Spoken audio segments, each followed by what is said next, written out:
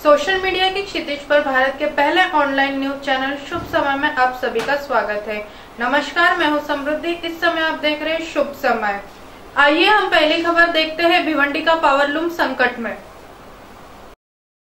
जहाँ तक सवाल पावरलूम उद्योग में आए हुए इस तूफान और संकट का है, मैं समझता हूँ कि मैंने काफी व्यापारी हमारे सदस्य हैं, उनसे लगातार संपर्क में हूँ, उनसे जानकारी भी मैंने हासिल की है। जहाँ तक मुझे जानकारी मिली है, पावरलूम मार्केट में जो ये संकट आया है कि ग्रे का स्टॉक बढ़ गया है, लोग ग्रे कपड़ा खरीदने को तैयार नहीं है, भाव नीचे हो गए हैं, मजदूरों की मजदूरियां बढ़ रही है और स्टॉक जो पहले बेचा जा चुका है पेमेंट नहीं मिल रहा है। वो जो अगला व्यापारी कहता है कि हमसे ग्रे मार्केट से ग्रे आप वापस ले जाइए। तो सारी जब ये परिस्थितियां समझी तो मैंने इसके तय में जाने की कोशिश की और इचलकरंजी, मालेगांव और भिवंडी, ये जो महाराष्ट्र के 3 बड़े पावरलूम के सेंटर हैं, जहाँ पे लाखों की तादाद में पावरलूम से जुड़े हुए व्यापारी वर्ग हैं और पावरलूम एक मध्यम या स्मॉल स्केल इंडस्ट्री के दर्जे में आती है। और मैंने ये पाया, जो जानकारी मुझे हासिल हुई उसमें देखा कि सरकार की पिछले अनेक वर्षों से, इसमें किसी पार्टी विशेष का कोई मतलब नहीं रहता है,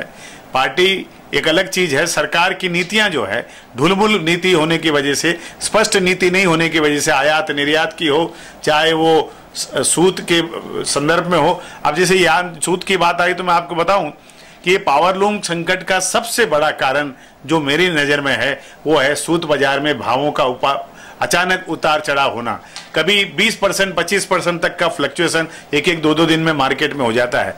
ये निश्चित रूप से वास्तविक उतार चढ़ाव नहीं है, ये एक सट्टा बाजारी का उतार चढ़ाव है। और बड़ा दुखद विषय है कि कमोडिटी मार्केट में रुई, जिसको हम कॉटन कहते हैं, और ये सट्टा बाजार में यान मार्केट के में अंदर सट्टा बाजारी, ये दोनों का असर अंतिम रूप से ये बुनकरों पे पड़ता है, पावरलूम में लगे हुए छोटे छोटे व्यापारियों पे पड़ता है और उसका अंतिम जो असर है वो उस व्यापार क्षेत्र से जुड़े हुए अनेक जो मजदूर हो, बुनकर हो या कपड़ा लेकर यान लेकर के कपड़ा बनवाने वाले लोग हों, उनके ऊपर पड़ता है। आज मैंने पता लगा इचलकरंजी, भिवंडी, मालेगांव से कई छोटे छोटे लूम के जो सेट्स हैं वो बंद होने के कगार पे हैं। कई लोगों ने हफ्ते में 1 दिन की छुट्टी के बजाय 2 दिन की छुट्टी रखना शुरू कर दिया। कई लोगों के पास स्टॉक पड़े हुए हैं, बिक नहीं रहे हैं, पेमेंट नहीं आ रहे हैं, मजदूरों का भाव बढ़ गया है, बिजली की दर बढ़ गई है।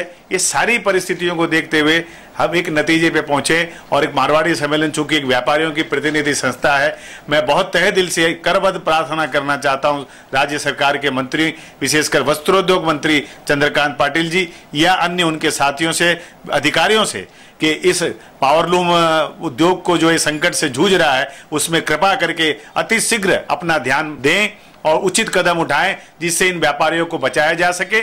और आज हमारे भारत के एक कर्मठ प्रधानमंत्री ने एक जो सपना देखा है मेक इन इंडिया का, अगर कहीं ऐसा ना हो कि मेक इन इंडिया का हम नारा देते रह जाएं और धरातल पर इस तरह से उद्योग अपने धीरे धीरे करके अपने खत्म होने की कगार पे पहुंच जाए, तो ये स्थिति आने के पहले ही हमें एक उचित कदम उठाना चाहिए। इसलिए मैं वस्त्रोद्योग मंत्री महाराष्ट्र सरकार से विनती करना चाहता हूं कि कृपया इन व्यापारियों के साथ बैठ करके उचित कदम उठाएं और जरूरत पड़े तो ये यान बाजार और रुई के बाजार में जो सट्टेबाजी चल रही है उसको यथाशीघ्र बंद करके इन लोग पावरलूम उद्योग को एक नया जीवन दान देने का आप अपनी तरफ से प्रयत्न करें। आशा और विश्वास है महाराष्ट्र सरकार और उनसे जुड़े हुए अधिकारी और मंत्री इस क्षेत्र में उचित कदम उठाकर यथाशीघ्र इन पावरलूम उद्योग में लगे हुए व्यापारियों को राहत पहुंचाने का काम करेंगे, ऐसी मैं कामना करता हूं। और अगर ये चीज हो गई तो मैं समझता हूं पावरलूम उद्योग इस संकट से उबर जाएगा।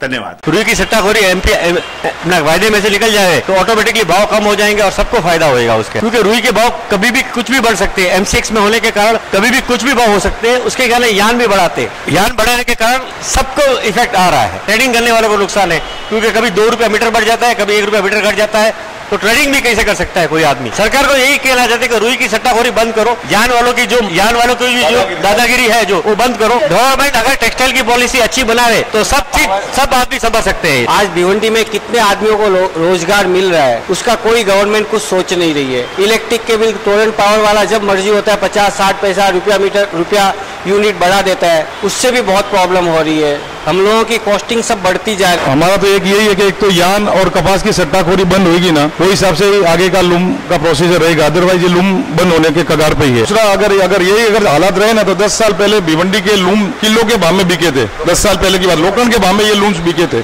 आज इतनी बड़ी इंडस्ट्री है, 10 से 12 लाख लूम है, इतने लोगों को रोजगार मिलता है, इतने लोगों का घर चलता है, उसके ऊपर भी अगर सरकार ध्यान नहीं देगी कि जो सट्टाबाजी बंद नहीं करे तो उसके हिसाब से नहीं। गवर्नमेंट को टेक्सटाइल पॉलिसी बनाना चाहिए। हमने मोदी जी को इतना बड़ा सपोर्ट करके बहुमत में लेके आए, उनको इस व्यापार के ऊपर ध्यान देना चाहिए। इससे कम से कम करोड़ों लोग जो मजदूर हैं और जो मीडियम श्रेणी के लोग हैं वो जुड़े हुए हैं और उनकी रोजी रोटी इस धंधे के ऊपर चल रही है। अगर इस प्रकार अगर सेंट्रल गवर्नमेंट ने ध्यान नहीं दिया तो काफी संख्या में लाखों लोग बेरोजगारी में फंस जाएंगे। प्राइसिंग पे कोई कंट्रोल ही नहीं रह गया है। जब मर्जी आता है 10% बढ़ जाता है, 20% बढ़ जाता है, जब मर्जी आता है 15% 20% घट जाता है।